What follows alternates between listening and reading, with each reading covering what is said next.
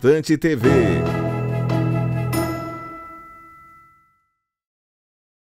Assista hoje. Rota 242. Raízes da Fé. Palavra da Cruz. Fé e Finanças. Hora do Saião. O Rugido do Leão.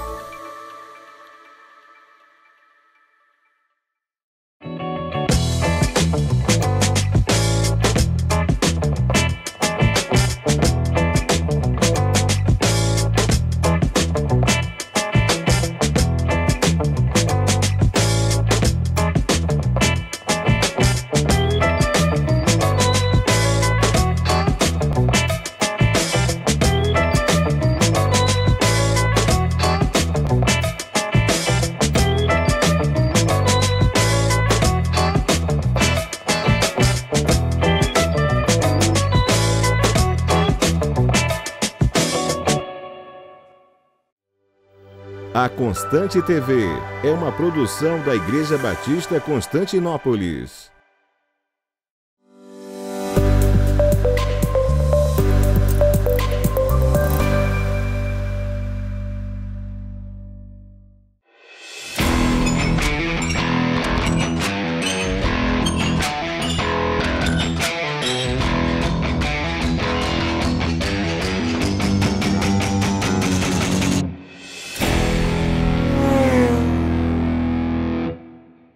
Olá, gente, sejam muito bem-vindos a mais um episódio do podcast Rota 242 da Constante TV, uma TV comprometida em levar o Evangelho a todos os lugares. Eu sou o Guilherme Pancini e hoje a gente vai entrevistar duas pessoas muito especiais. É um casal, assim, gente, muito simpático.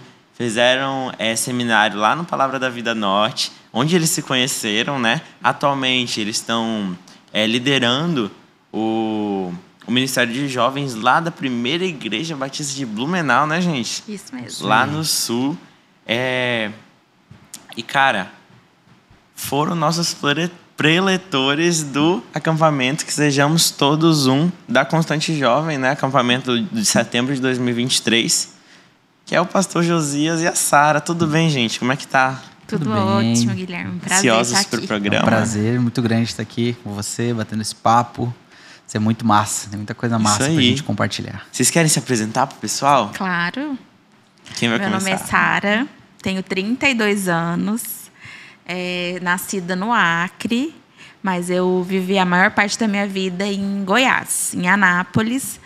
E meus pais são missionários, então por isso que conheço muito aí da vida missionária. Uhum.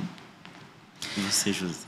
Bom, meu nome é Josias, sou natural de Blumenau, Santa Catarina. Esse negócio de idade é complicado, né? Eu tenho 25 anos e nasci em Blumenau, fui criado ali na região, morei um tempo em Florianópolis, fui atleta de futebol nas categorias de base do Figueirense, joguei futsal minha infância e adolescência toda e estamos, por enquanto, servindo lá em Blumenau, na Igreja Batista Pioneira, onde eu conheci a Jesus, é a minha igreja que me enviou para o seminário. Então, estamos vivendo atualmente na minha cidade natal, na minha terra natal, Blumenau.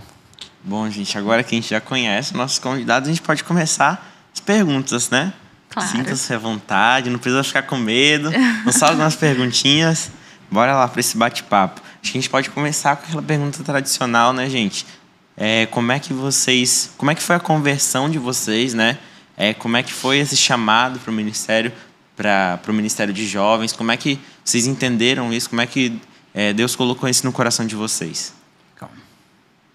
Bom, meus pais são naturais do interior do Rio Grande do Sul e é muito normal a realidade de quem está no interior vir para as grandes cidades para procurar emprego e ir atrás de procurar realmente uma estabilidade, saindo desse contexto mais rural, indo para um contexto mais urbano. Então, os meus pais se mudaram para Blumenau, onde eu já nasci, eu tenho um irmão mais novo, nasci lá em Blumenau, e nós somos de origem de uma família católica, não praticante, e eu cresci nesse contexto, então, fazendo as orações antes de dormir, frequentando a igreja com pouca frequência, e então, quando eu estava com mais ou menos 10 para 11 anos, os meus pais se divorciaram, E através disso, meu pai então conheceu a atual esposa e nós começamos a frequentar a igreja junto com meu pai.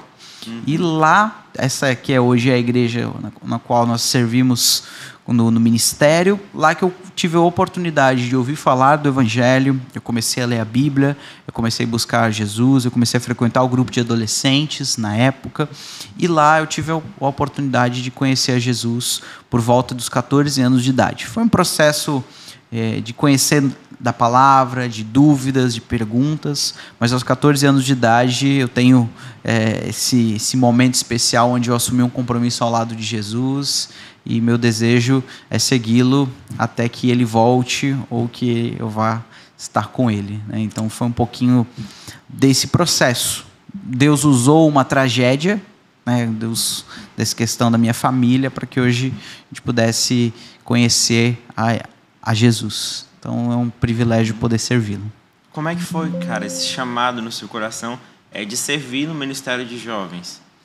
Então, quando eu saí de casa com 14 anos, Blumenau, e fui morar em Florianópolis, mais ou menos aí umas 2 horas de viagem, e eu morava lá no clube, junto com vários meninos de várias regiões do Brasil. Lá, jogando futebol, nas categorias de base, o meu sonho sempre foi ser um atleta. Quando eu conheci a Jesus, fiquei agora com esses 2 objetivos em minha mente. Quero ser um atleta e quero aprender a seguir a Jesus. Lá dentro do clube eu tive a oportunidade de conviver com muitos meninos de várias regiões, de vários contextos diferentes. Então quando Jesus passou a fazer parte e ser o Senhor da minha vida mesmo, meu desafio era apresentar Jesus para esses meninos. Então nesse processo, eu digo para mim, todas as coisas foram um processo. Eu comecei a perceber que isso era algo que motivava o meu coração. Poder compartilhar de Jesus para as pessoas que nunca tinham ouvido falar, ou até tinham ouvido falar, mas tiveram uma experiência negativa, enfim. Eu comecei a buscar ser esse testemunho para esses meus colegas, meus amigos de clube. E ali Deus foi trabalhando no meu coração. Encurtando um pouquinho a história, com 16 anos eu fui dispensado do clube e voltei para casa com 16 para 17 anos, agora entendendo que Deus não queria que eu continuasse no futebol, mas que eu pudesse buscar Ele e poder anunciar o nome de Jesus para aqueles que precisam ouvir do amor e da mensagem do Evangelho. Então Deus foi trabalhando nesse processo e me conduzindo para compreender essa realidade. Com 18 anos eu fui ao seminário e lá no seminário Deus concretizou realmente esse desafio, que é poder falar do nome dele para pessoas que precisam ouvir do Evangelho. Então, nesse processo, eu percebo muito a mão de Deus conduzindo em cada detalhe, em cada passo que eu dava, ele estava conduzindo sempre com esse intuito, poder me relacionar com pessoas e anunciar o nome dele para que ele pudesse ser conhecido. Entendi. E a Sara, né, gente? Sara, filha de missionários, né, de Asas do Socorro.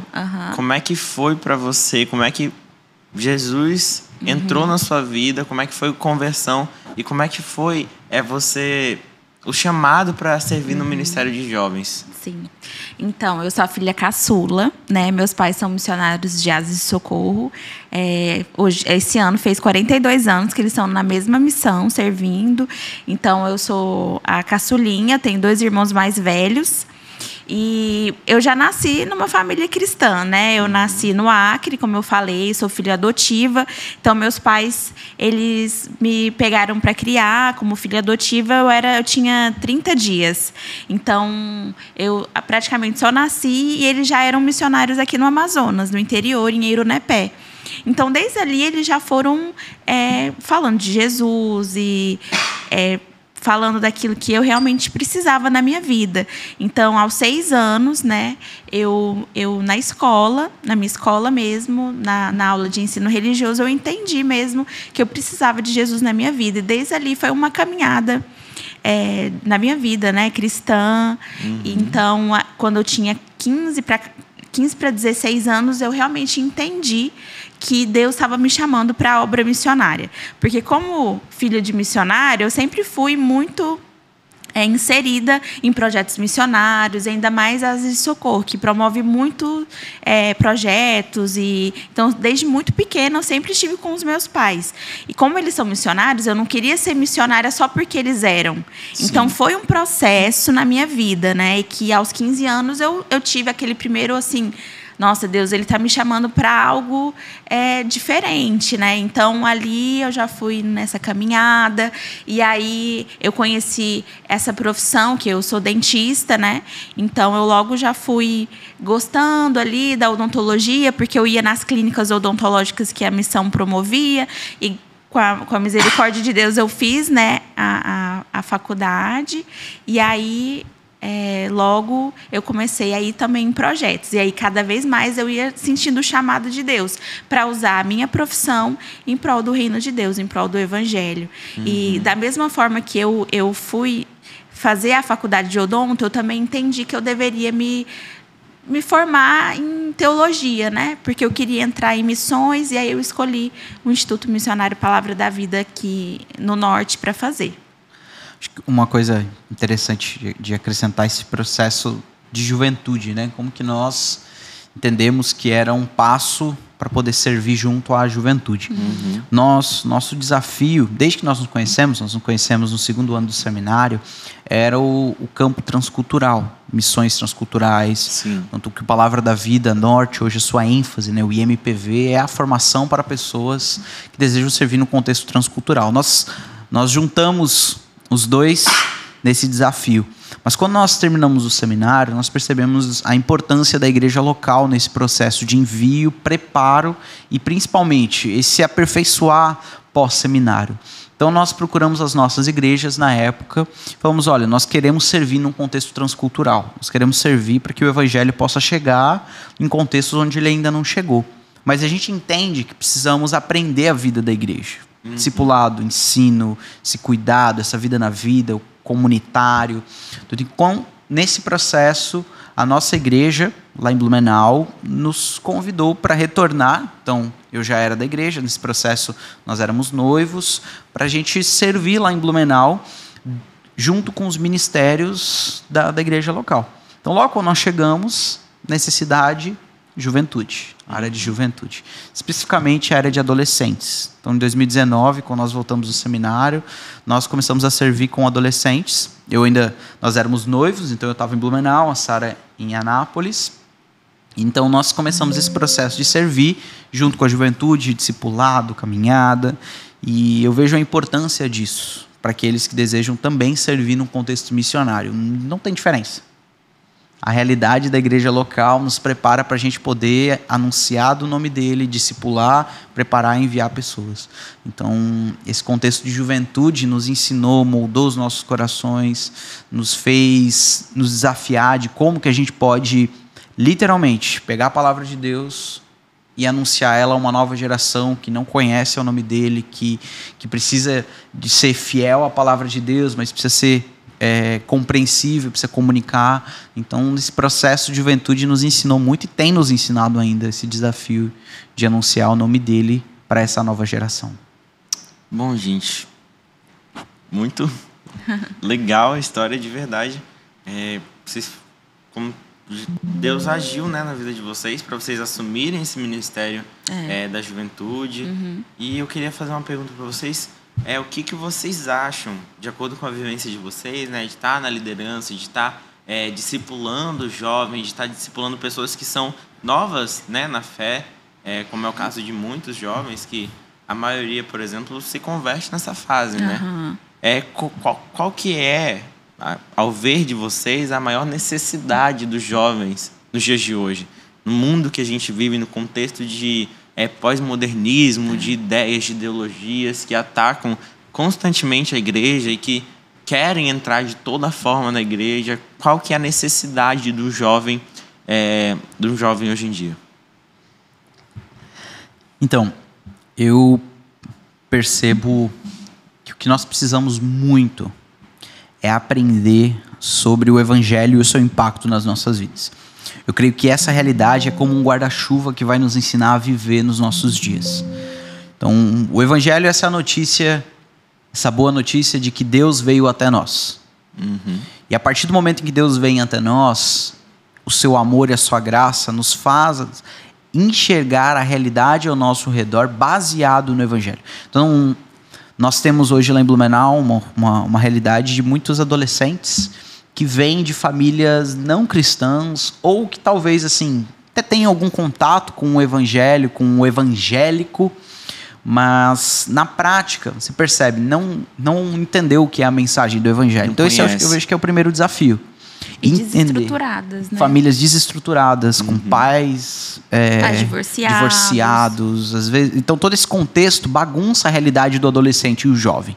Então quando ele chega, ele ouve essa mensagem do Evangelho, de um Deus amoroso que veio até nós, morreu numa cruz, para nos dar vida e transformar a nossa história. Cara, isso é revolucionário, isso tem revolucionado o mundo, isso tem revolucionado os corações que têm contato com essa mensagem. Só que não para aí. O grande desafio é, beleza, poxa, eu entendi o Evangelho, Jesus ele é importante para mim, ele é o meu Salvador, agora ele precisa ser o Senhor da minha vida. Sim. E o senhorio de Jesus é esse desafio de você viver uma nova realidade no mundo, com os desafios atuais. Nós não precisamos de jovens cristãos que vivam com a cabeça do século XVIII. O século XVIII já passou. O século XXI pede desafios, traz desafios práticos de que o jovem deve lidar. Seja ele ideológico, seja ele social, seja ele econômico. Como se portar e como viver como um jovem cristão hoje. Acho que esse é o grande desafio. Todo ele está baseado na realidade do que é o Evangelho e os impactos do Evangelho. Então, eu percebo que a importância da gente desenvolver ministério com juventude centrado na realidade do Evangelho. O Evangelho é a boa notícia que nos salvou e é a boa notícia que nos ensina a viver hoje. Seja no contexto da escola, seja no contexto da faculdade, no contexto familiar, seja no seu contexto de vocação, no seu contexto ético, moral. Ele impacta todos os aspectos da nossa vida. Sim. Então o Evangelho é esse grande guarda-chuva que nos ensina a viver a realidade das nossas vidas. Então eu creio que isso já nos dá bastante pano para manga para desenvolver o ministério com juventude de uma maneira que o Evangelho vai transformando e ensinando o jovem a viver como Deus nos chamou para viver. E aquilo que você falou de senhorio, né? Realmente viver o senhorio. Porque não basta a gente entender, né, que Jesus morreu por nós na cruz, a gente tem que se sujeitar ao poder dele para nossa vida, né? A gente tem que sujeitar à vontade, ao querer dele. E, cara, isso é maravilhoso. Porque a gente começa a entender que a vontade dele se fazendo na nossa vida é o melhor. Que a vontade dele é sempre a perfeita, a agradável. Mesmo que a gente não entenda, né? Sim. E, cara, isso que você falou de ensinar o jovem a viver o Evangelho na sociedade, né? A viver o Evangelho no meio do mundo que a gente está, porque a gente está vivendo o presente século, né? Mas a gente tem que aprender a ser a diferença, né? A gente aprender a ser o sal, ser a luz no mundo. Então, com certeza, isso é muito, muito importante mesmo. É um desafio, né? É um desafio. Hoje em dia está inserido nisso, né? Principalmente porque eu acho que falta muito a base mesmo, assim, de pessoas relevantes, e até a questão do discipulado, né? Isso aí.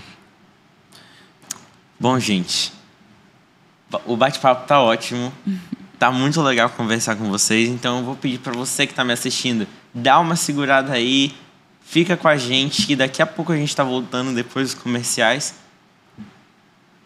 Tô com você, hein? Até mais, gente.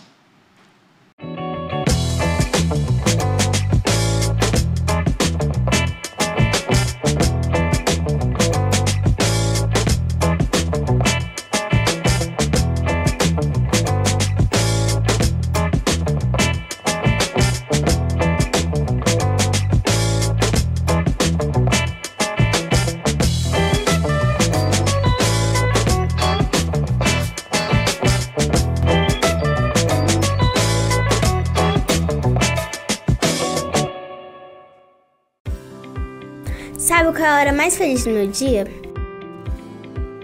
É quando a pessoa que eu mais amo no mundo vem me buscar. Para os melhores destinos da sua vida. Conta com a gente. E a gente está de volta aqui com os nossos convidados, e agora vai ser um tema que eu gosto muito, assim, eu particularmente me interesso muito, que é missões, né, nesse contexto transcultural, nesse contexto de outras culturas, fora do Brasil, povos não alcançados. Gente, para quem não sabe, o pastor Josias e a Sara, eles estão começando um novo projeto, né, que é o Ingel, né? É assim que fala? Isso aí. Ingel, que vai ser uma missão com os povos do norte da África, né? Isso mesmo. Uhum. Cara, primeiro, eu quero saber o que significa essa palavra, Ingel. Qual que é o significado dela? É uma palavra em árabe, né? Isso, é uma palavra em árabe. É uma palavra em árabe que significa boas novas. O evangelho em árabe mesmo. Em Hil. Só que a gente fala em Gil, porque é mais fácil para o português. Portuguesado, né? É evangelho. Pra quem não sabe, ó, gente, a gente tá todo mundo aqui, ó, com as camisas do projeto. Ó, mostra aí, galera. Com as camisas do projeto. Essa daqui é a camisa que eles estão vendendo, né, para arrecadar fundos pro projeto. Que eles vão lá pro norte da África, bem longe, né? Isso aí. Então, como é que foi, gente, o chamado de vocês? Como é que Deus colocou no coração de vocês essa região? Como é que foi? Fala isso. Sim. Vocês sempre quiseram trabalhar com missões transculturais? Como é que foi isso? Eu já tive bastante experiências aqui dentro do Brasil mesmo, com missões transculturais, né? Indígenas, ribeirinhos, quilombolas. E Josias também teve por conta do seminário que a gente fez, que é o Instituto Bíblico Palavra da Vida, que fica no norte do Brasil, e lá é com ênfase transcultural. Então, a gente já foi inserido bastante coisa, porque a gente conhece muito esse contexto transcultural no seminário, dentro do seminário. E aí eles mesmos já colocam também uma chaminha assim, né, do transcultural. O Josias, ele já foi mais para a ênfase do povo, né? Isso. Quando eu estava eu contei um pouquinho ali dessa transição do futebol, e eu tinha convicção desde muito, muito pequenininho que eu ia ser um atleta de futebol. Custe o que custar, era isso que era o meu sonho. Sim. Meu e de muitos brasileiros, né? Ser um atleta de futebol. Então, quando eu estava com 16 para 17 anos, eu comecei a orar para entender sobre essa palavrinha que é um monstro para muita gente, né? Vocação. O que Deus quer da minha vida. Então, voltei para casa um pouco frustrado. Puxa, não deu certo o futebol. Entendi que não era isso que Deus queria para minha vida, mas o que Deus quer para minha vida? Como que eu posso servir? Tudo, eu acho que é a pergunta de muita gente que está nos ouvindo, né? Está nos vendo. Então, nesse processo, eu conheci um rapaz. Foi muito marcante. Num dos projetos que estava participando, lá em Blumenau mesmo. Lá, ele me falou um pouquinho sobre a realidade dos povos de maioria muçulmana ao redor do mundo. Nunca tinha ouvido falar sobre os desafios, sobre a realidade. E lá aquilo despertou o meu coração para entender sobre esse contexto missionário transcultural. Nossa igreja tinha um contato com um missionário que estava na região da África, trabalhando com esse contexto específico. Então, a partir daquele momento, eu comecei a estudar. Comprei livros, comecei a fazer esse processo de querer entender mais. Quando cheguei no seminário, o seminário deu essa imersão. Eu fui nascido e criado na região sul, né, do Brasil, então tive pouco contato, diferente do contexto da Sara. Então, lá no seminário, esse contexto transcultural, eu fui apresentado esse desafio dessa enorme tarefa que é o desafio para a igreja. Né? Eu sabia que fazer discípulos era a função da igreja, mas eu não sabia a dimensão do que é fazer discípulos de todas as nações. Então, no período do seminário, foram várias conexões que foram nascendo de uma maneira muito especial. Então, tive a oportunidade de conhecer a realidade aqui dentro do Brasil, conhecer trabalhadores que trabalham com esse contexto hoje ao redor do mundo, trabalhando com esse público, com esse alvo. Então, Deus foi conduzindo de várias maneiras, até que a gente entendeu juntos, já nesse período de namoro e noivado, que era esse o desafio da gente poder servir especificamente com a realidade de poder apresentar essa boa notícia de maneira amorosa, de maneira relacional, de maneira a poder alcançar o coração, de poder comentar e poder compartilhar de que Jesus, ele é o Senhor e Salvador. Então, esse, como eu disse, foi um processo. processo que Deus foi conduzindo de entender a tarefa, entender o desafio e começar a perceber, puxa vida, eu posso ser uma resposta para esse desafio. Eu posso investir a minha vida nesse desafio, que é um desafio que Jesus deixou para os seus discípulos. Nós temos já esses versículos como versículos praticamente decorados, mas viver esse desafio, eu creio que mudou a minha perspectiva e meu projeto de vida. Então foi um processo, né? Porque aí a gente começou a namorar. Então o José já tinha bem a ênfase assim, Sara, eu quero trabalhar com um contexto com os povos muçulmanos. E em 2017 eu fui para a África, né? E como dentista, fui com um grupo de dentistas e médicos para a região oeste da África, ali em Guiné-Bissau. E ali eu tive um contato muito grande com esse povo, porque a religião ela está no mundo todo, né? O islamismo ele está no mundo inteiro. E lá em Guiné-Bissau, ele não é um país predominantemente islâmico, mas ele está sendo muito influenciado. E a cidade onde eu fui tinham muitas mesquitas. Então ali, quando eu estava conhecendo o Josias, começando a conhecer o Josias, Deus me mostrou esse lado que eu nunca tinha olhado assim com essa necessidade. Então, ali, eu já fui vendo, nossa, é muito... Porque é difícil, é uma língua diferente. Uma cultura é uma bem cultura diferente. completamente diferente, que a religião rege muito a cultura. E ali E o Josias ali, ele já estava indo fazer um curso em Foz do Iguaçu, que também é uma grande comunidade, né, dessa religião. Então, quando a gente vai fazer o 2º ano, a gente começou a orar. Sim. Né? E aí é um processo, até chegarmos até hoje, né? Então foi um processo. Deus, se o Senhor nos quer lá, a gente ainda não tinha o país, a gente não tinha o local, porque esse povo está em todos os locais do mundo. Se eu quiser aqui no Brasil, provavelmente se a gente olhar para aqui, para Manaus, a gente vai ter alguma comunidade, mesmo que seja pequena, mas vai ter. Então, Senhor, onde o Senhor nos quer? Né? Eis-nos aqui. A nossa vida está aqui, diante do Senhor. Então, foi um processo da gente ver aonde os nossos dons, os nossos talentos iriam se unir para a gente fazer isso ser relevante. Então, desde ali do nosso namoro, do nosso noivado, a gente foi orando, né? E a gente sabia que a gente ia ter um período que não ia ser assim, 2017, 2018 a gente já ia estar sendo enviado para algum local. Sim. A gente sabia que ia ser um processo e que, se Deus quisesse aquilo, ele ia dar Os próximos passos. passo a passo, né? E quando nós chegamos na igreja, a gente sempre deixou isso bem claro, o nosso desejo de servir, de se envolver com essa realidade. E agora, nosso desafio nesse período era compreender como que Deus iria conduzir e entender o tempo, né, de cada coisa. Então, em 2020, eu comecei a estudar mais a fundo sobre a realidade.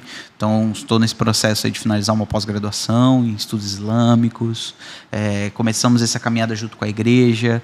Estamos no processo de filiação a uma organização também que vai nos dar esse suporte, apoio. Temos tido contato com trabalhadores, então, nesse contexto, servindo, envolvidos. Então, Deus colocou o nosso desejo, essa realidade, esse bloco do norte da África.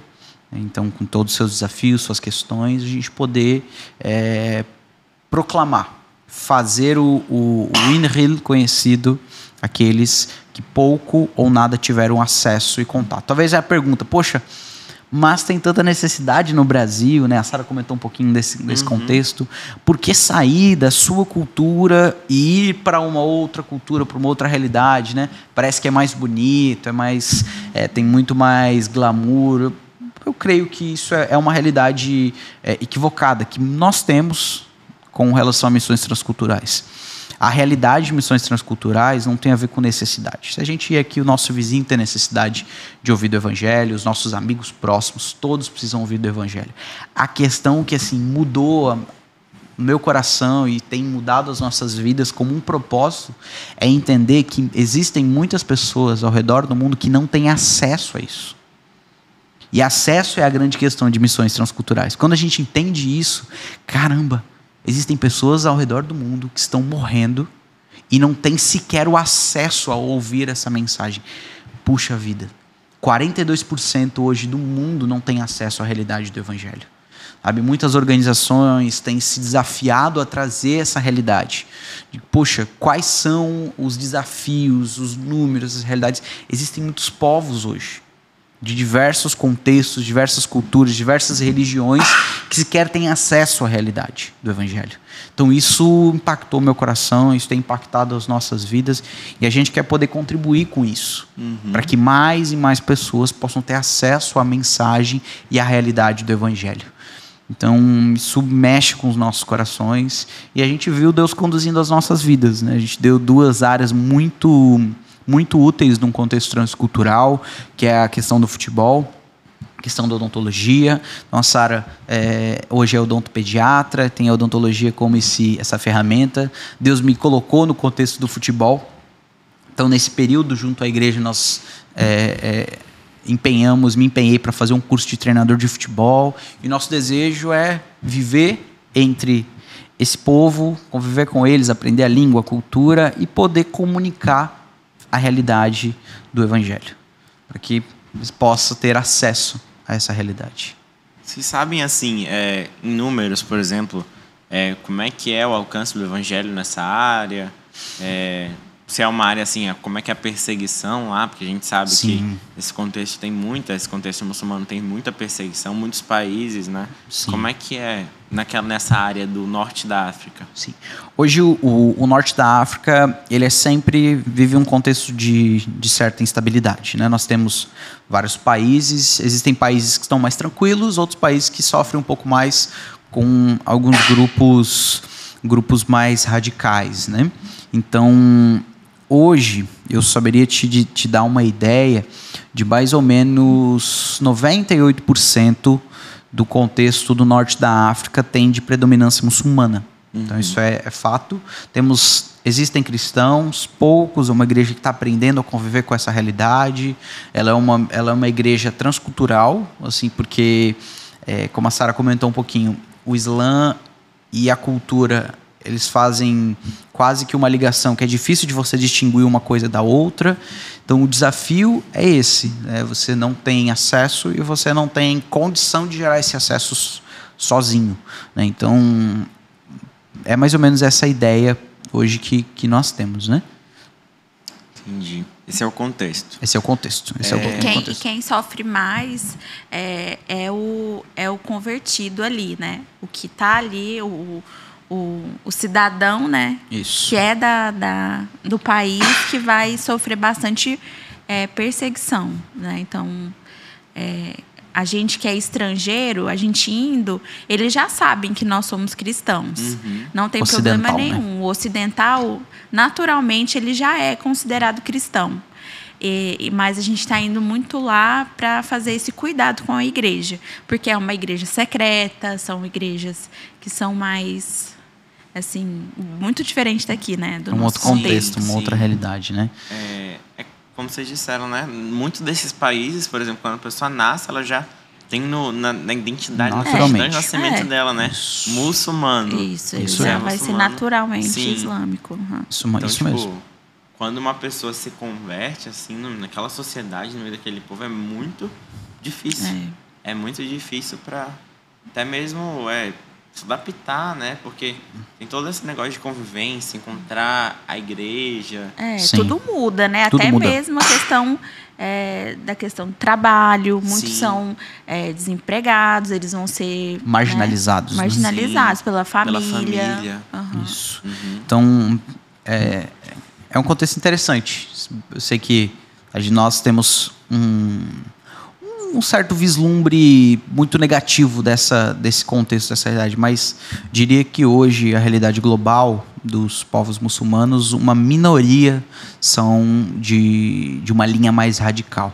Sua grande maioria, principalmente o povo do norte da África, é muito conhecido por ser um povo muito receptivo, que está aberto a conhecer, a conversar, relacional. Então, é um povo acolhedor. É uma questão realmente de acesso. De acesso e de caminhada com essa inicial igreja nesses contextos para que possam ser fiel ao Evangelho.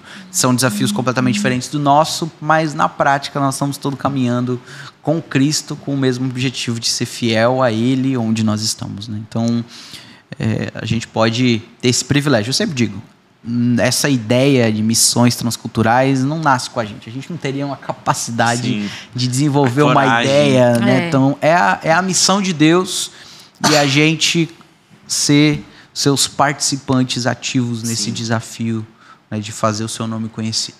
E o que precisa realmente é isso, né? Alguém que leve, alguém que vá Isso. realmente para levar, porque o evangelho ele toca, a gente sabe, né, que as coisas vão cooperar, porque essa é a missão de Deus. Então, a gente precisa de pessoas que vão, né, para esses lugares para levar a mensagem salvadora.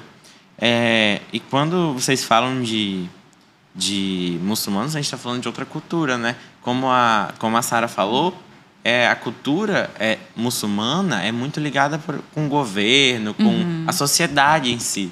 Então, todo o contexto, toda a sociedade é regida pelaquela... Mesmo, por exemplo, seja uma pessoa que nunca...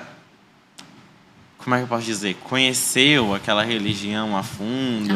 Ela convive com aquilo todos os dias, né? Porque aquilo está dentro da sociedade, do modo de se vestir do povo. As mulheres, por exemplo, que em alguns lugares não podem mostrar cabelo. Então, isso desde pequeno as pessoas são ensinadas, né? E como o senhor disse, a grande maioria deles não são aqueles radicais, né? Óbvio, existem e muitos. Cristãos são mortos. Sim. A gente tem aí o Portas Abertas, por exemplo, que é um canal maravilhoso, assim. Eu gosto muito de acompanhar o Portas Abertas, acompanhar o trabalho deles, e a gente vê, né, de vez em quando, ore por tal país, ore pelo pastor tal.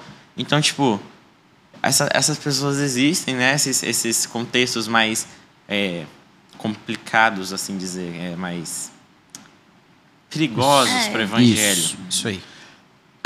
Existem, mas essa não é a realidade. A gente não pode levar também ao pé da letra de que, tipo, muçulmano é só aquele homem bomba, entendeu? Sim. A gente tem que... Nós somos como eles, nós somos pessoas como eles, nós somos tão pecadores quanto, nós somos tão perdidos quanto. E a gente precisa do evangelho de Jesus para a gente conseguir, né, por meio de Cristo, ter a salvação, né, ter a vida eterna. É isso mesmo. E é muito interessante como Deus, a missão é de Deus, e ele está como um maestro orquestrando de uma maneira incrível, sabe?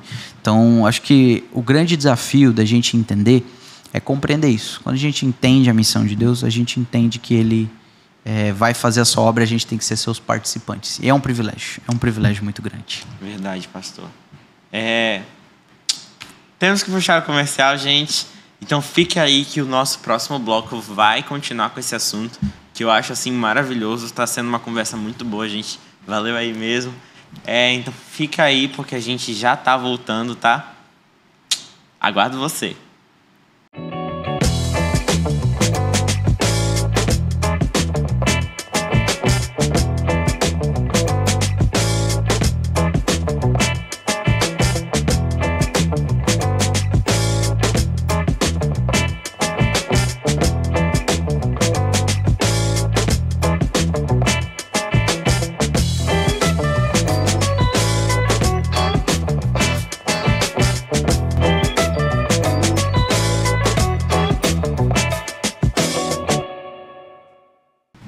Bom, gente, estamos de volta aqui com o nosso papo. Infelizmente, a gente está no nosso último bloco. O papo tá muito bom, gente. Obrigado mesmo aí pela... Tamo junto. Prazerzaço. Sempre somando, né? Somando muito. Bom, eu queria começar esse bloco com uma pergunta tanto quanto interessante, assim. Quais são os maiores desafios de evangelizar um povo, né? Como a Sara já comentou, como o senhor já comentou, que tem muito essa religião entranhada em todos os aspectos da cultura. Quais são os maiores desafios de evangelizar um povo muçulmano? Eu acho que a primeira é a língua. A primeira coisa, assim, vai ser a questão da língua. Porque é algo completamente diferente da nossa cultura, né? A começar, assim, com a escrita, né? Sim. E o jeito de falar. Então, o árabe, porque onde a gente vai é norte da África, né? Então, a própria religião exige muito a questão da língua, mesmo se não fosse o norte da África, né? Então, acho que uma das coisas é a questão da língua. Isso. Esse contexto de uma realidade de evangelização muito relacional. Assim, hoje no Brasil a gente tem isso como um privilégio, eu diria, que a gente pode fazer atividades evangelísticas, ações evangelísticas, em contextos onde você pode compartilhar da sua fé livre, abertamente, né, público, privado, tranquilo, né? Em contextos onde nós temos nos desafiado, aí nós não temos essa oportunidade, nós não temos esse privilégio. Então, esse contexto de você desenvolver relacionamentos é muito importante, e esse é o passo. Um pouquinho daquilo que a gente falou nos nossos blocos sobre aprender a nos relacionar. Eu creio que esse é o desafio, o testemunho de como você, como um seguidor de Jesus, pode testemunhar da realidade do Evangelho para outras culturas diferentes. Você entrar na cultura. Eu gosto muito dessa perspectiva da gente entender que a missão ela é uma missão encarnacional. Então, Jesus ele veio até nós. Poderia ter feito de várias outras maneiras. Poderia ter vindo um anjo lá do céu e tal. Não, mas ele veio. Então, ele é um modelo também para a gente ir e emergir numa cultura. Você chegar numa cultura como um bebê, aprender a realidade, aprender como pensam, como o que move os seus corações, e entender a partir dessa compreensão como você fazer uma ponte e apresentar a realidade do Evangelho. E é muito interessante como o Evangelho ele tem muitas pontes, a realidade de quem é Jesus, do que Deus fez com a religião islâmica. Então, mas isso não basta simplesmente você chegar para alguém que tem essa perspectiva e você apontar de uma maneira onde você não tem um relacionamento. Então, você precisa desenvolver um relacionamento e comunicar de uma maneira assertiva e no momento certo. Como é aqui no Brasil, é uma dependência de Deus. É uma dependência do Espírito Santo de Deus para Ele conduzir e da gente orar e pedir para que o Senhor convença os corações, né? A conversão ela se dá realmente por esse movimento do Espírito Santo vir até nós e convencer os nossos corações do pecado, da justiça, do juízo, a partir desse contato com essa mensagem. Então, acho que juntando esses pontos, seriam essa caminhada relacional.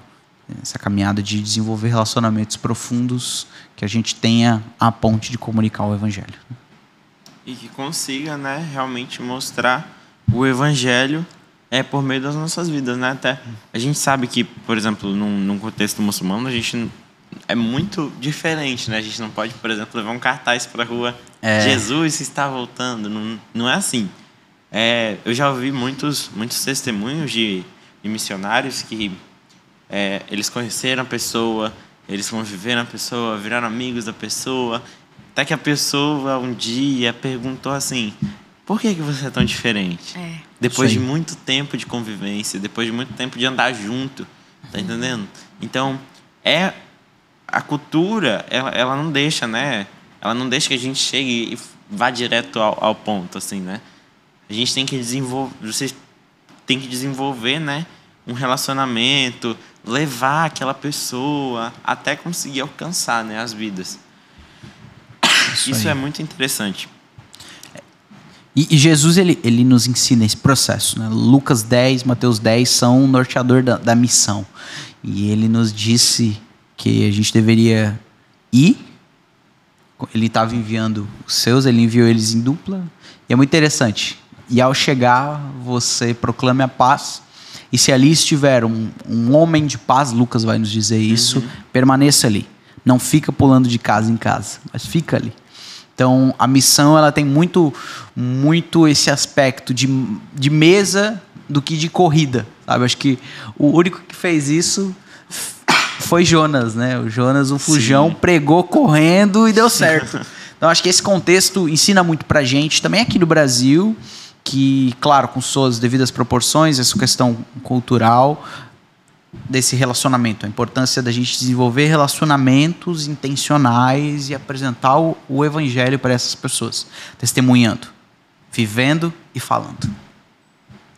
Certo.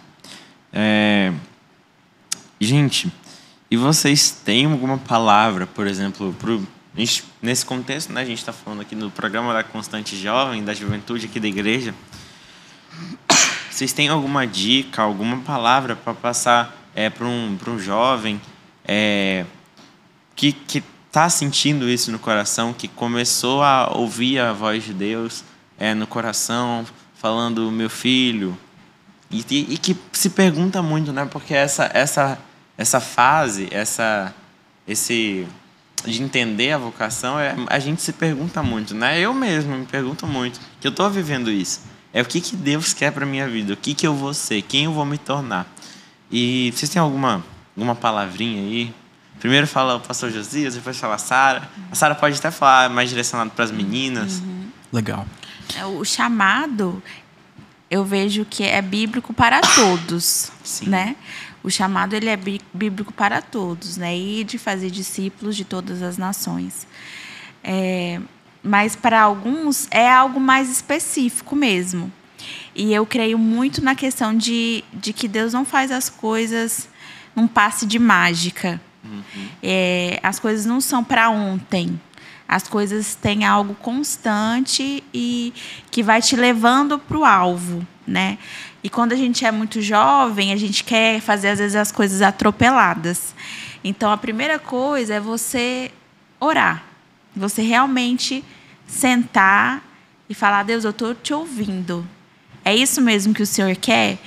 E você ter a sua liderança por perto, você ter o seu pastor, aquele mentor espiritual, que também vai te levando para aquela direção. Porque muitas vezes não tem família para isso. Mas se você tem a sua família, eu tinha uma família que sempre me apresentou para Deus, para que Deus usasse a minha vida da forma que fosse, né? Então, para o jovem que tem sentido isso, dele realmente colocar a vida dele diante de Deus, né? E que Deus, ele vai dando os próximos passos, mas não passos atropelados, né? Isso aí. Efésios capítulo 4, versículo 1, vai ser um chamado muito interessante para a gente. Paulo vai falar, portanto, vivam de maneira digna da vocação que vocês foram chamados. Então, ele inicia o bloco do qual ele está falando da vida prática para a sua igreja, para aquela igreja lá em Éfeso, desafiando eles a viverem de maneira digna a vocação que Deus chamou. E ele vai listar vários aspectos, vai falar da igreja, vai falar de vida, de caráter. Então, do capítulo 4 até o capítulo 6, onde fecha o livro de Efésios. E eu acho que isso é um norte, é um norteador. A Sara falou de processo e eu concordo plenamente. A nossa história tem sido em cima disso. Deus, ele conduz. Quando a gente entende o que é o evangelho, e a gente entende que Deus nos chama para uma missão, a gente precisa viver de maneira digna. Então eu diria, olhe para o seu coração, trate o seu coração, permita que Deus te ensine a viver a vida como um seguidor de Jesus. Só que não para nisso. A vida cristã não é feita para a gente viver para nós mesmos. Deus nos chama para servir as pessoas, como a gente aprendeu nos relacionamentos. E Ele nos chama a gente a se envolver na sua missão. Como nós comentamos um pouquinho, eu tenho trabalhado com essa faixa etária da juventude, adolescência. O que eu tenho percebido muito muitos têm vivido a sua vida buscando um propósito que é vazio. É vazio demais. Quando a gente entende que Deus tem um plano global de fazer o seu nome conhecido, isso dá um senso de propósito que não importa onde a gente estiver, a gente vai se envolver com a sua missão. E tudo começa com viver de maneira digna do Evangelho. Viver isso nas nossas vidas, na nossa caminhada. Porque quando Deus fala, ei, gente, eu estou subindo, estou indo para os céus, mas toda autoridade me foi dada nos céus da terra. Não fiquem com medo, não vivem amedrontados agora, mas vão e façam discípulos de todas as nações. Vão e façam discípulos, se envolvam nessa missão. E eu arrisco dizer que quando nós como jovens que somos, entendemos isso. Podem vir tempestades, podem vir tempos difíceis, nós permanecemos fiéis no caminho do Senhor, porque nós entendemos o propósito que nós estamos aqui, nessa terra, que é fazer parte da missão de Deus. Então o Evangelho produz seguidores de Jesus, que produz crentes envolvidos na missão de Deus. É um processo que precisa acontecer. Tem muita gente que está parada na vida cristã, porque só está vivendo para si mesmo. Mas quando você começa a viver para o outro, a vida ela toma uma nova cor, toma uma nova perspectiva. Então eu diria isso. Sirva a sua igreja local, se envolva junto com a sua igreja local. Puxa, faça disso aqui, da sua vida. Comece aqui. Muitas pessoas até vêm conversar com a gente, né? Puxa, tá, e agora eu quero ir e tal. Pô, beleza. Você está carregando a cadeira na tua igreja? Não, porque eu sou missionário lá. Não, gente. Não existe essa diferença. Se você não é bênção aqui, como é que você quer ser bênção lá? Sabe? Começa na igreja local. Se envolve aqui. Se envolve molecadinha que está na escola. Se envolve falando do evangelho para os seus amigos na escola. Se envolve na faculdade. Se tem família que não é crente, seja um modelo na sua casa. Não de perfeição, mas de alguém que segue a Jesus. Isso vai moldando, vai nos ensinando esse estilo de vida. E pode ser que Deus, em algum momento, nesse processo de servir, eu gosto muito do livro de Atos, para mim é um dos meus livros prediletos da Bíblia, Atos capítulo 13, a Bíblia diz que enquanto eles louvavam a Deus, Deus veio e falou, opa, tá muito massa aqui, mas separa-me Paulo e Barnabé, porque eu tenho uma grande obra para fazer na vida deles. E a Bíblia diz que aquela igreja impôs as mãos e os enviou. E eles foram. E o evangelho continuou avançando. Ficou uma igreja, mas agora o evangelho foi avançando até os confins da terra através desses homens. Mas o que eles estavam fazendo? Rotina da igreja. Envolvidos na vida da liturgia daquela iniciante igreja ali em Antioquia da Síria. Então, viver de maneira digna do evangelho. Um coração que se envolve na missão de Deus, onde ela está vivendo o processo dele. Então, aí tem muita coisa para a gente crescer e aprender a desenvolver e se envolver na sua missão. É um privilégio muito grande, gente. É um privilégio muito grande. Pastor, eu queria perguntar para o senhor também um recado para os pais desses adolescentes. Às vezes, muitos pais eles não conseguem lidar com o chamado dos seus filhos. Eles ficam preocupados, eles ficam ansiosos, eles ficam... O que vai ser do meu filho? Se meu filho for para um país perseguido, entendeu? Sim. Tem essa preocupação. O que você falaria para os pais de um adolescente, para um jovem que sentiu isso no coração de ir a outros lugares? Até porque, como a Sara disse, o ID ele é para todos os cristãos. Todos os realmente convertidos e realmente salvos, né? Tipo assim... O ID ele não é só lá no norte da África, ele também é na nossa escola, ele também é na nossa rua. Isso aí. Mas eu pergunto assim, para esses que têm a vocação, o chamado de viver o evangelho integralmente. Pais, ensinem os seus filhos que o alvo da vida deles não é encontrar estabilidade. Nós somos ensinados que o alvo das nossas vidas é encontrar uma vida estável. O que é uma vida estável? Você ter condições de pagar as suas contas, que é algo nobre.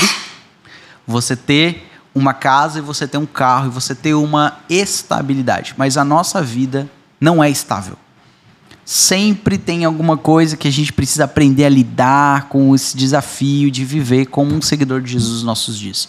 Então eu diria para os pais que têm seus filhos nessa fase, capacite e ajude o seu filho a ser um seguidor de Jesus. Olhe para o coração, olhe para um caráter, para uma realidade de poder envolvê-lo na vida da igreja. Eu aproveito esse espaço para dizer, por favor, não prive o seu filho de estar na vida da igreja. Castigo bom não é castigo de deixar de vir para a igreja. Então, quando a gente tem essa mentalidade, está formando e preparando o seu filho para se envolver na missão de Deus, isso é muito importante. Ter uma boa educação é muito nobre, é muito importante, faz parte desse processo. Ter uma boa profissão, muito importante. O contexto missionário pede ferramentas muito úteis e boas. Mas precisamos entender que existe um propósito maior. E esse propósito, nós precisamos de pessoas sendo preparadas para se envolver com isso. Então, eu diria que esse é um passo muito importante. Muito mais do que estabilidade é desenvolver e desafiar o seu filho a ser um seguidor de Jesus de verdade. Isso realmente traz um desafio prático, muito prático para os pais entenderem como ajudar o seu filho nesse processo. E isso é um trabalho, né, dos pais, a liderança da igreja, com os pastores. Isso mesmo. É um processo, né, que Jesus trabalha. Ele escolhe, ele sabe o que ele está fazendo, a gente não precisa se preocupar com isso. Ele capacita, como você disse, o pastor Josias, né, você mesmo, queria ser jogador de futebol. E olha o que Deus está te direcionando, né? Sim. Ele tem os planos, ele sabe as habilidades, os dons, os talentos que ele dá pra gente, como é que a gente vai conseguir usar isso para a obra dele. Gente, infelizmente nosso programa está chegando ao fim. Queria pedir para vocês, orar, né, pela vida do pastor Josias, pela vida da Sara, para abençoar nessa missão deles aí, para que os povos, né, do norte da África realmente sejam alcançados. Amém. E que a missão de Jesus Cristo seja cumprida através da vida de vocês, a missão de levar o Evangelho. Eu queria agradecer muito por vocês terem vindo aqui ao nosso podcast, Rota. Foi muito bom essa conversa, foi muito impactante. Tenho certeza de quem está assistindo a gente aí se impactou muito. E muito obrigado, gente. Querem falar mais alguma coisinha? Muito obrigada, foi um prazer. Especial. Foi um prazer muito grande para a gente que esse podcast possa chegar para outros adolescentes e jovens também. Compartilha aí com quem tem próximo, curte, compartilha, faz todo esse processo aí que a gente já está acostumado a ouvir, né? Então, mas nosso desejo é que realmente não seja a gente sendo lembrado, mas a missão do nosso Deus e a glória dele seja vista e a gente possa contribuir aí com alguma coisa, com algum direcionamento, alguma questão. Segue a gente aí e tamo junto. Obrigado, viu, Guilherme, por nos receber. Tempo muito especial pra gente, privilégio para nós compartilhar um pouquinho da nossa história, né, do que Deus tá fazendo através das nossas vidas. Valeu, galera. Obrigada. Gente, valeu, mano. Se inscreve no canal, curte o vídeo. Não deixe de acompanhar, a gente ainda vai ter novos podcasts do Rota. Então, não perca, eu espero você e até a próxima, gente. Tchau!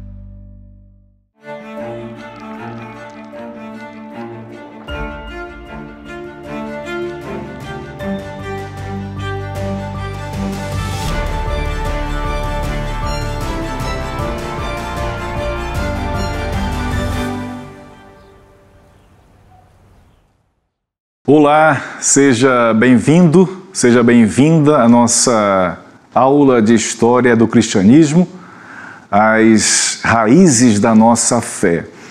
Nós estamos em Atos dos Apóstolos, nós estamos vendo o desenvolvimento desta igreja chamada primitiva, nos seus primeiros passos, no seu desenvolvimento inicial, nos primeiros cristãos, primeira membresia da igreja de Jerusalém, a expansão pelo Império Romano. Então é uma caminhada pelo texto bíblico, é uma caminhada pelo texto de Atos dos Apóstolos. E vamos continuar para ficar bem claro, bem assentado este conhecimento, tá certo? Vamos ver hoje, o primeiro assunto de hoje é o